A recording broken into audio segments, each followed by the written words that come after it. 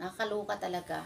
Kung gusto lang nilang gawin yung mga bagay na yon, kasi gusto lang nila magmamayabang. Ay, kagaya nga sa iba, di ba? Ito hindi man chismis to pero ay mostly nakikita ko to talaga sa paligid ko. Lalo na yung mga taong nakatira sa mga ganong lugar, na kahit walang-wala na, magmamayabang pa na meron. Di ba? Yun ba yung magpabinyag ka, magpakasal ka, lahat ng mga politiko kung pwede mong kunin lahat kukunin mong ninong, ninang. Pagkatapos, hingian mo pala ng contribution para pang gastos, ipapakain sa mga bisita. Nakakatawa lang. Magpapabinyag ka. Padamihan ng ninong, ninang. Para pagka December, may pupuntahan ka. O, diba? Mag-iipon ka, mangungoleksyon ka. Ipunin mo yung mga koleksyon mo ng galing sa mga ninong-ninang mo. Diba? Hindi lang para sa December. Kukunin mo sila ninong-ninang ng anak mo. Pagkatapos pala, hingian mo ng contribution din para may panggastos ka. Para ipakain mo, ipainom mo. Diba? Tapos ipagmamayabang mo na ang laking gastos mo. Diyos ko naman, ang hirap naman ng buhay ngayon. Kailangan pa ba natin gumanon? Totoo katotohanan na. Halos pa lang, pag sarili mong pera, sarili mong pinaghirapan, halos pa lang, hindi mo ilalabas yan sa bulsa mo kasi nanghihinayang ka dahil nga pinaghirapan mo Dugot pawis yan ang lumabas sa katawan mo para makapaghanap buhay, para makahanap ka ng pera. Pagkatapos ipapakain mo lang ng gano'n, papalakihan mo lang. Diba? Pero pag pera ng ibang tao, ang dali-dali lang gastusin yan. Ay nako, iba talaga tong mga hindi naman kasi may mga Pilipino naman talaga na very wise to spend. Diba? Mayroon nga dyan maraming pera, nagtitipid Kasi sa mahal ba naman ng bayarin? Hello, excuse me? Kung mayroon man akong nakilalang lahi na talaga ay matipid talaga sila, mga taga-ibang bansa, Australian, hindi naman sila kuripot, hindi sila madamot, pero matipid. Hindi sila yung labas lang ng labas dyan ng pera sa wala namang katuturan. Ay naku po, kung sila man ay nagka-holiday, libre ang plane ticket nila. Kung sila ay napunta sa ibang bansa, like example, yung mga foreigner na napunta dito sa atin para mag-holiday, pupunta ng Boracay, pupunta ng Baguio, pupunta ng Cebu, pupunta ng Coron, Palawan.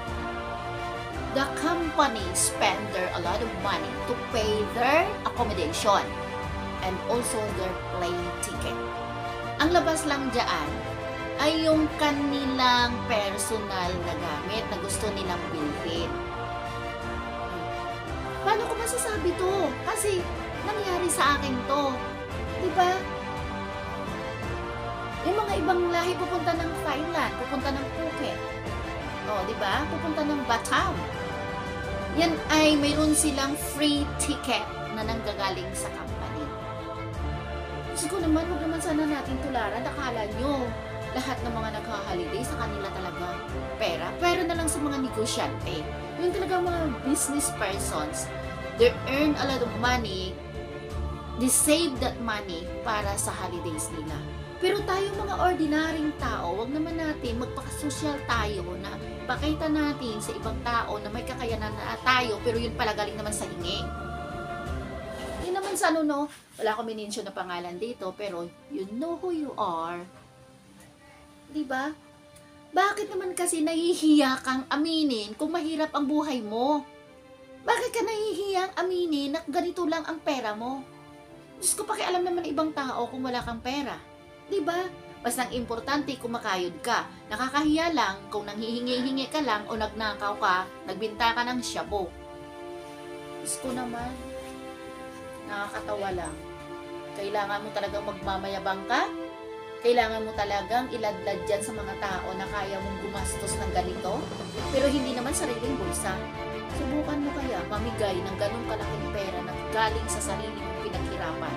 Kung hindi ka ba iiyak dyan, maghihinayang ka talaga. Gusto naman, there is no such rich person na magbibigay lang ng ganon-ganon lang kasimple.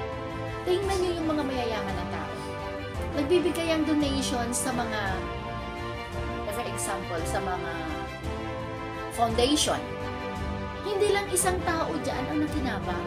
At ang mga kung bakit sila nagbibigay sa foundation, that is their tulong nila yon, na kumbaga ang blessings na binigay sa kanila ni Lord, binahagian nila ng ilang percent ang foundation para sa mga taong nangangailangan talaga. Kaya wag na kayong magmamayabang. Diyos ko naman, sa hirap-hirap ng buhay ngayon, kung hindi ka magtudo kayo, hindi ka makakahanap ng pera. Pera na lang sa mga tamad magbalat ng buto, magpapawis. Napakadali lang, di ba, maghanap ng pera. Pera na lang sa mga nagtutulak dyan. Buti pa nga yung, tingnan nyo ba yon? Yung mga nagtutulak ng kariton, kung gaano yan nagbibilad sa init, nagpapakahirap sila mamumulot ng mga dito sa paligid natin. Kasi, ang pera ay nandyan sa basura, di ba? O, dapat yan tulungan. Di ba? At magpapasalamat din tayo kasi kung wala yung mga nagtutulak ng kariton, hindi rin malilinis ang kapaligiran natin. Kasi ang galing din naman natin magtapon ng basura. Pera na lang sa mga nagtutulak ng shabu. Yun talaga ay number 1, tamad.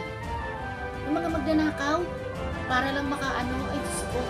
Diba meron naman isang lahi na Pilipino din naman, pero iba ang nila, ibang tribo. Diba? Ang tamad lang talaga niyan, manghingi-hingi na lang. O diba, tamad ka lang. Anong silbi ng mga kamay natin kung hindi tayo sumikap para maghanap buhay, para ipakain sa sarili natin at sa mga anak natin? Hindi naman sapat na ang mga anak natin pakakainin lang natin. Kailangan natin din bigyan ng edukasyon. Kailangan din paaralin. Kung ngayon, ang mga anak natin ay bulakbol, mga salbahe, kasalanan na nila yon. Hindi na natin kasalanan ng magulang kung hindi sila nagtapos ng pag-aaral pagkatapos ng lahat ng sakripisyo mo para sa kanila. Pero, may mga bata din na hindi nagtapos ng pag-aaral, nagbabarkada, dahil sa sobrang lungkot emotionally na naramdaman nila sa loob ng pamamahay nila. Hindi natin masisisi yun, may fault din ang magulang doon.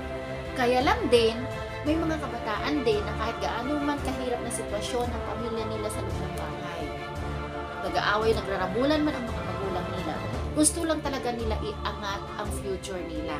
So, I'm proud for that sa mga anak na ganon. Diba?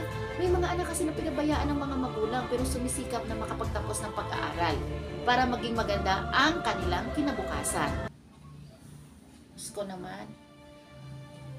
Ang mga anak sana, huwag naman nilang tularan ang mga magulang nilang mayabang din.